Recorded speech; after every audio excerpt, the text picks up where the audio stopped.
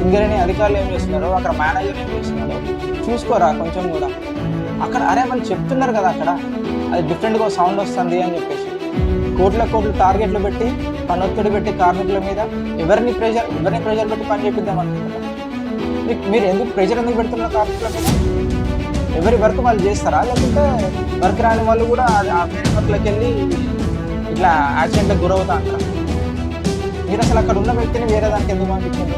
అక్కడ ఉన్న వ్యక్తి ఆల్రెడీ చెప్తూనే ఉన్నాడు అక్కడ, చాలా రూఫ్ సరిగా లేదు ఏరియా సరిగా లేదు అని. అరే మీరు చేసే నెగ్లిజెన్సీకి ఒక కుటుంబాలు బలైపోతున్నాయి సార్ అక్కడ.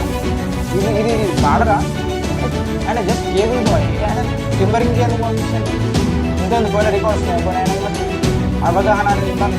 ఈ ఇన్సిడెంట్కి మాత్రం అండర్ మేనేజర్ అండ్ గవర్నమెంట్ అనేది బాధ్యత ఇచ్చారు. సింగరేణి యాజమాన్యం వాళ్ళకి కఠినంగా చర్యలు తీసుకోవాలి. 24 hours. Mr. Overman